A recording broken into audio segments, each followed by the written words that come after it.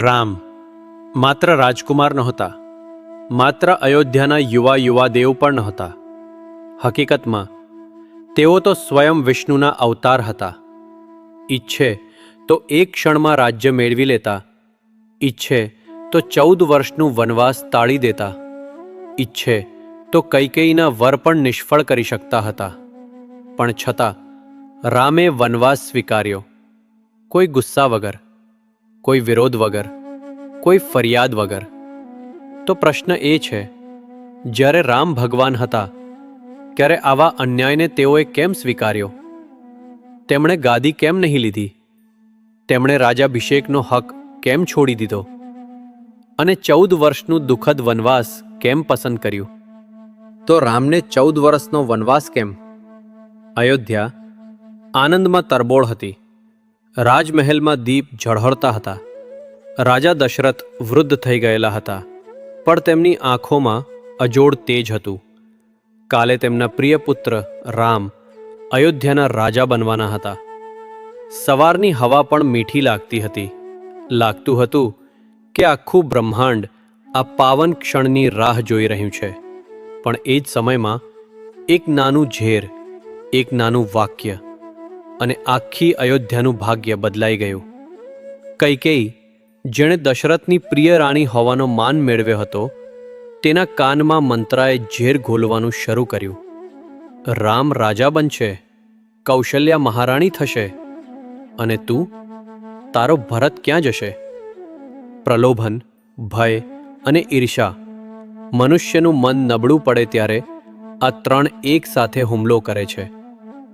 કૈકેયી ધીમે ધીમે માનવા લાગી કે રામનું રાજ્યાભિષેક ભરતનું ભવિષ્ય છીનવી લેશે.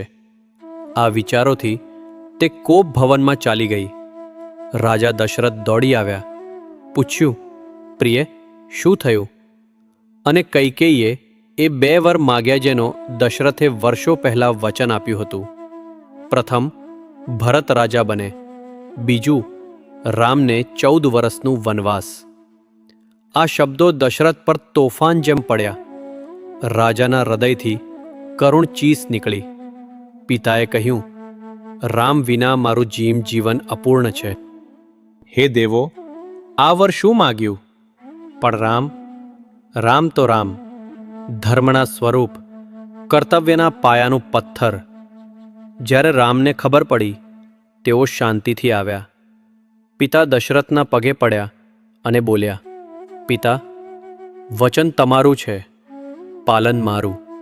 જે પિતિતાને પ્રસન્ન કરે તે જ મારો ધર્મ. કોઈ ફરિયાદ નહીં, કોઈ પ્રશ્ન નહીં, કોઈ દુઃખ નથી, માત્ર કર્તવ્ય. સીતાજી આગળ આવ્યા. જ્યાં તમે, ત્યાં હું. લક્ષ્મણ બોલ્યા, પ્રભુ, તમારા પગલાંએ ચાલવું એ જ મારું જીવન. ત્રણે અયોધ્યા છોડીને નીકળ્યા. અયોધ્યાની પ્રજા રડી, આકાશ રડ્યું, દશરથનું હૃદય તૂટી ગયું. પણ પ્રશ્ન એ છે, 14 વર્ષ જ કેમ? કારણ કે પ્રાચીન ધર્મમાં એક નિયમ હતો. જો કોઈ રાજકુમાર 14 વર્ષ સુધી રાજ્યથી સંપૂર્ણ રીતે દૂર રહે તો તે સિંહાસન પર ફરી દાવો કરી શકતો નથી. કૈકેયી ઈચ્છતી હતી કે ભરત થરથરાતી ગાદી નહીં, પણ મજબૂત ગાદી મેળવે. પરંતુ આ માત્ર રાજનીતિ નહોતું, આ ઈશ્વરની વિશાળ યોજના હતી. રામનો વનવાસ એ માર્ગ હતો જે રાવણના સંહાર સુધી લઈ જતો હતો. રામનો શૌર્ય, ધૈર્ય, સંયમ અને દેવત્વ વનવાસે જ ઘડ્યું. આ માત્ર એક માતાની ભૂલ નહોતી, આ માત્ર એક પિતાનું વચન નહોતું, આ માત્ર એક રાજાની રાજનીતિ નહોતી. આ તો ધર્મનો મહોત્સવ હતો, જ્યાં રામે દુનિયાને બતાવ્યું કે સિંહાસન કરતાં પણ મોટું છે સત્ય, અને રાજ્ય કરતાં પણ પવિત્ર છે વચન, અને જીવન કરતાં પણ મહાન છે ધર્મ. રામનો વનવાસ નસીબ નહોતો, એ ત્યારે પણ કૃપા હતી, અને આજે પણ છે.